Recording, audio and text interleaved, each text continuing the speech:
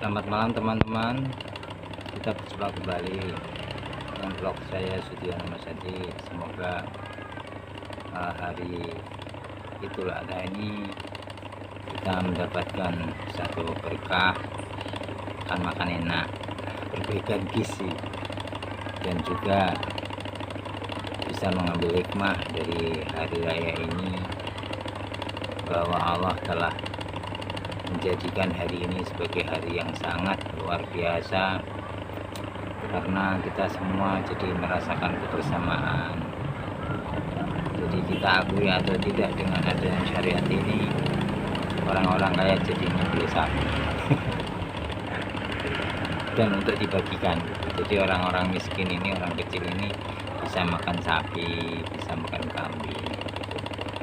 Alhamdulillah, jadi indah sekali. Yang punya menyembelih, yang tidak punya ikut makan.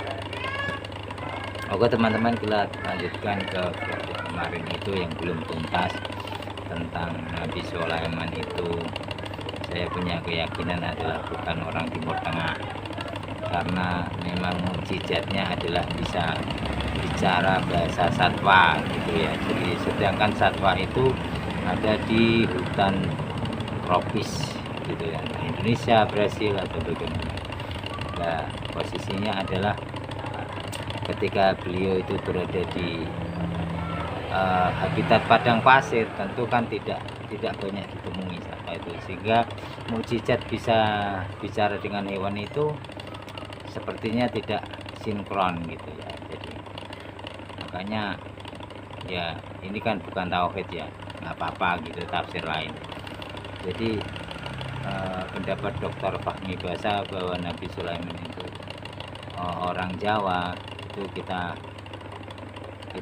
harus pertimbangkan gitu, karena memang posisinya tepat sekali kalau memang Nabi Sulaiman alaihissalam itu berada di lingkungan hutan hujan tropis gitu.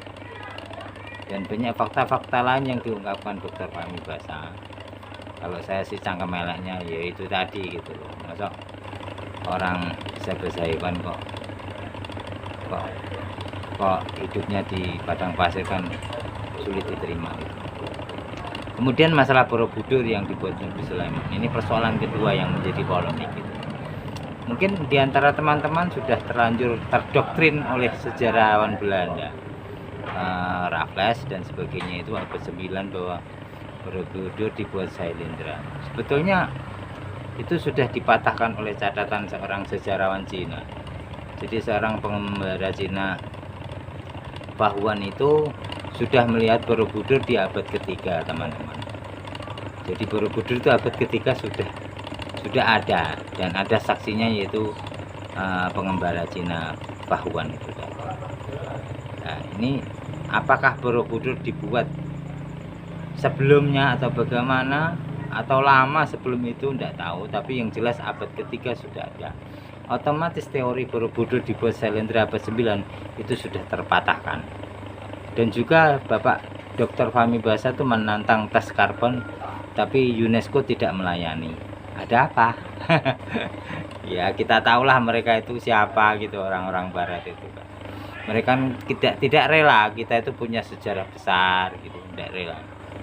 Terus kemudian terhadap agama-agama lain yang mungkin agak tersinggung, Sulaiman kan bukan cuman milik orang Islam gitu loh. Jadi sebetulnya nggak ada alasan tersinggung. Kalau Sulaiman tuh nabinya sudah lama gitu. Jadi nabinya orang Yahudi, yang nabinya orang Nasrani, dan bahkan mungkin juga nabinya orang Hindu. Karena kan di dalam kitab Weda sendiri sudah banyak yang menelaah, di situ banyak nabi-nabi yang diutarakan di kitab Weda itu, termasuk Nabi Muhammad sendiri, walaupun tidak dengan kata-kata bahasa Arab gitu. Jadi yang maknanya sama ya, tentang nabi-nabi juga semua gitu.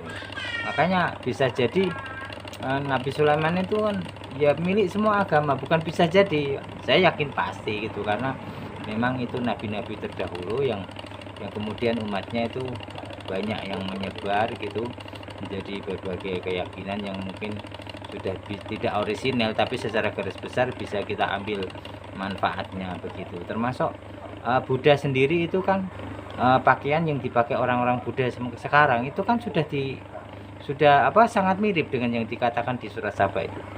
Ya, di surga itu kan pakaiannya dilapis sutra tipis dan sutra tebal. Itu Dr. Fahmi Faza juga sudah mengatakan. Dan orang-orang Buddha sekarang cara berpakaiannya seperti itu. Dan Buddha sendiri itu ada di bersemedinya di atas bunga teratai. Bunga teratai kan di atas air. Itu penggambaran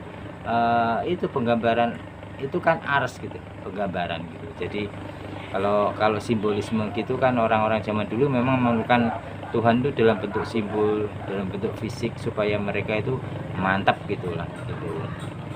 Kan orang-orang zaman dulu gitu kan seringnya seperti itu. Apalagi setelah ditinggalkan nabi-nabinya kan mereka jadi punya pendapat sendiri, kemantapan sendiri yang akhirnya agak jauh dari ajaran asli nabinya gitu. Nah, itu yang saya pengen kemukakan gitu. Jadi ini juga mungkin beda tema, tapi saya satukan saja, yaitu tentang Nabi Adam yang kita punya pendapat juga diturunkan di Indonesia gitu. Karena memang Indonesia dulu belum ada. Rasulullah sendiri kan mengatakan Nabi Adam turun di Al-Hind. Al-Hind itu India. Nah, di kotanya Rasulullah mengatakan di Serendip atau Swarendip. Nah, para ahli arkeologi itu mencari di mana kota Serendip itu, India. Ya nggak menemukan. Karena di India sana kan ya terlalu sempit untuk pengertian Hindia Al-Hind zaman Rasulullah, yang dimana justru Rasulullah telah menerima Raja Al-Hind itu justru bukti terkuat adalah dari Sumatera gitu waktu itu gitu. Nah, jadi dia mendapatkan hadiah-hadiah itu tembikar berisi kayak permen, kayak kurma tapi bukan kurma gitu. Jadi kayak kalau di sini gitu gula asam gitu gitu. Terus dan negara Baros juga itu kan udah lama, sejak zaman Nabi Muhammad itu telah menjadi perdagangan internasional di Baros, negeri Baros di Sumatera gitu. Itu terkenal dengan kapal Barosnya gitu. Nah, kenapa Nabi Adam itu lebih kuat dikatakan dari Sumatera, Al-Hind, India, kotanya Serendip, Swarendip. Kalau kita telaah dengan kronologi atau itu kan Swarendip itu kan dari Swarna Dwipa. Nah gitu.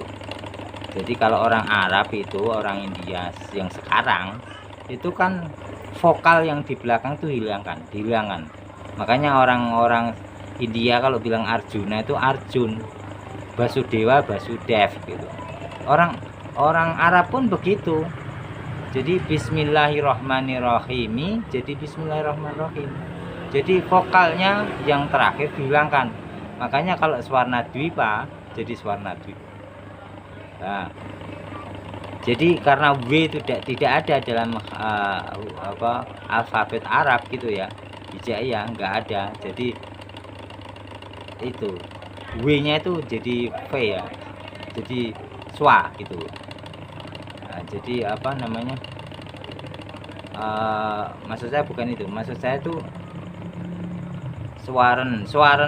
Swarendip itu Swarna Dwipa. W-nya itu enggak kelihatan karena berupa wawunya itu sudah tidak itu mungkin ahli-ahli tata bahasa Arab mungkin bisa lebih paham ya apa yang saya maksud itu. Jadi Swarna Dwipa itu Sansekerta kemudian menjadi Swarendip itu Swarendip. Nah, maksud saya P bukan V tadi. P itu enggak ada dalam bahasa Arab, adanya fa dari Swarendip gitu. Jadi Rasulullah mengatakan Nabi Adam itu turun di Swarendip, Al-Hind. Nah, itu satu hadis yang pertama. Kemudian hadis yang kedua, Nabi Adam mengatakan ketika Adam itu diturunkan ke bumi ini, Allah menyuruh bumi ini untuk mengeluarkan perhiasan emas dan permata dari dalamnya, dikeluarkan. Artinya didekatkan ke permukaan sehingga Adam bisa mengetahui. Kemudian Allah memberi petunjuk Adam itu kan. Nah, perhiasan-perhiasan itulah yang ada satu kisah yang dimana Adam membawanya untuk dihadiahkan sebagai perhiasan buat ibu Hawa.